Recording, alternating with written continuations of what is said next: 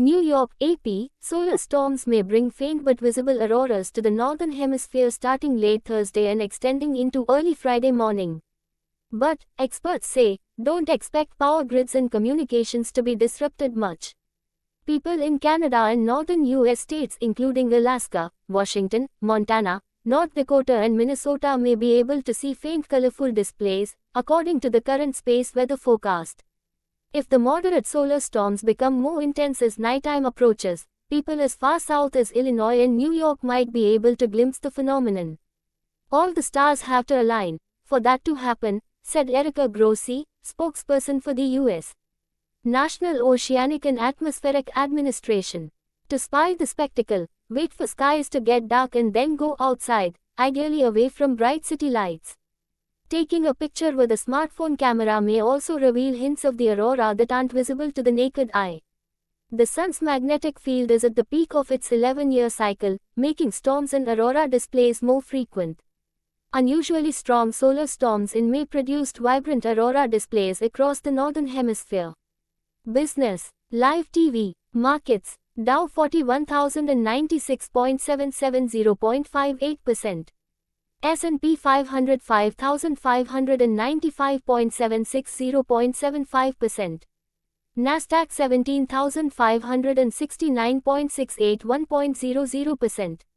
Fear and Greed Index, 45, 33,000 Boeing union members begin strike. By Chris Isidore and Vanessa Yurkevich, CNN.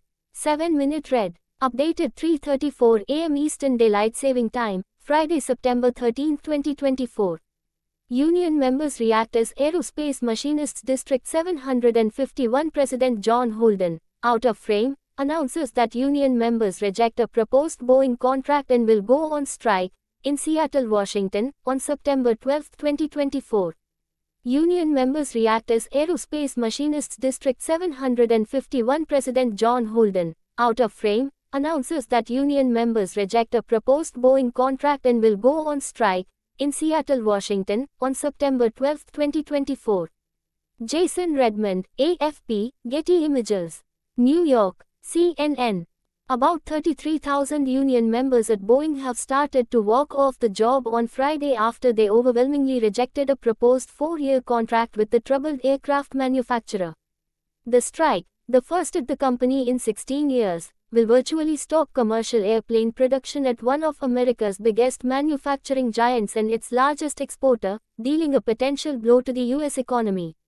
Depending on the length of the strike, it could cause problems for nearly 10,000 Boeing, BA, suppliers, which can be found in all 50 U.S. states.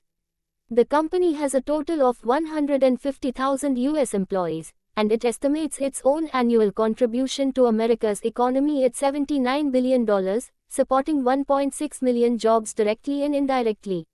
The rejected deal, which leadership at the International Association of Machinists, Inc. union had described as the best it's ever negotiated with Boeing, would have given raises of at least 25% over the life of the deal.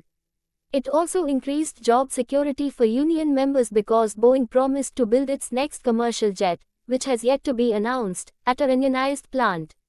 Without a contract including that provision, Boeing may decide to build the jet at a non-union factory. But 95% of members of the ING union voted against the deal. In a separate vote, 96% voted to authorize a strike, easily clearing the 2/3 threshold needed to approve a walkout.